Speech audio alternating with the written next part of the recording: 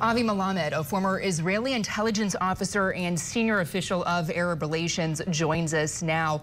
Thank you so much for your time this morning. I want to start with the tensions between Israelis and Palestinians over the Gaza Strip has been escalating for decades. So the question is, why has Hamas chosen now, this particular moment, for the attack? Good morning. Thank you for having me. It's a great question. The question, why did Hamas launch that war? In my perspective, we have to look at it from two different angles, which basically combines together. Let me just a little bit frame it so we can understand. There are two major Palestinian power players. One is Hamas, the other one is the Palestinian Authority. They are bitter rivalry one to the other.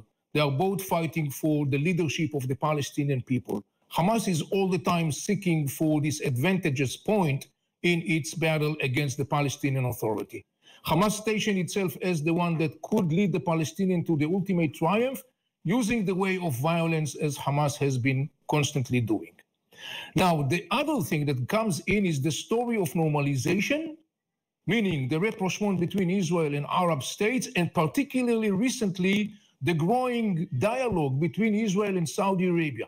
How those two things comes together?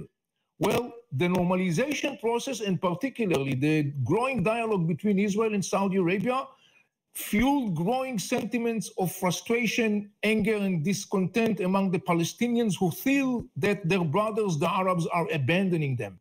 Hamas basically is trying to exhaust the opportunity and send the message to the region saying, I, Hamas, I'm a regional player. I am the one leading the Palestinian cause. And I, Hamas, I will dictate the trajectory of an Israeli-Palestinian course, not external players.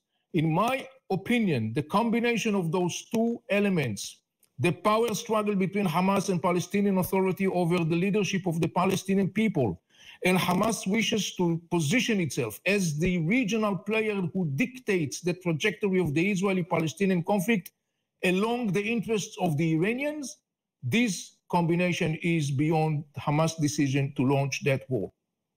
Knowing those factors were at play recently and tensions were rising, this was an attack that was clearly organized for some time. As you know, Israeli intelligence agencies are some of the most sophisticated in the world. Where was the breakdown? How did Israel not see this attack coming? Well, this is definitely one of the questions that obviously occupies today many people in Israel. Let me say something about it. Look, at this point, I would say there are much more questions than answers. I think that what we can say decisively at this point regarding that issue is as follows. First, we are definitely looking at a failure of the Israeli intelligence and operational system. Something clearly did not work as it should have worked. You mentioned very accurately that the Israeli intelligence has to be known as a very sophisticated one. By the way, this is something that further boosts the sense of shock and disappointment within Israelis, because up until recently, the performances of Israeli intelligence agencies, the performances of the Israeli operational systems, sometimes were almost like jaw-dropping. It seems to be like something almost science fiction.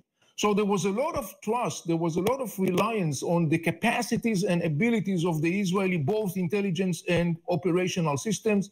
Obviously, that massive failure cracked that trust. I would add to that another aspect that I think that should be looked at.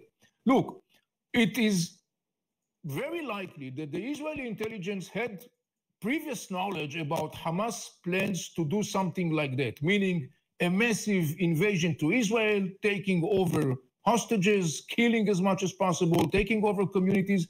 I think that what was missing at that specific point of time was what we call the golden piece of information, meaning the one that actually says that plan was on the shelf, now it's not any longer on the shelf. It's going to be executed. Maybe that was one of the things that was missing. Again, that thing has to be very thoroughly explored and investigated. And one last comment in that regard, Hamas was conducting not only a very well planned that was planned for a long period of time. We are not talking about weeks or months.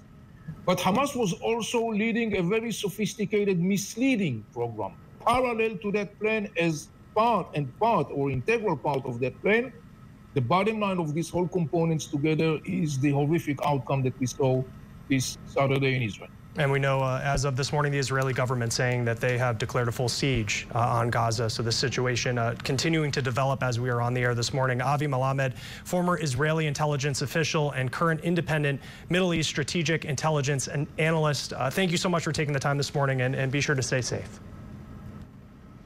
Thank you so much.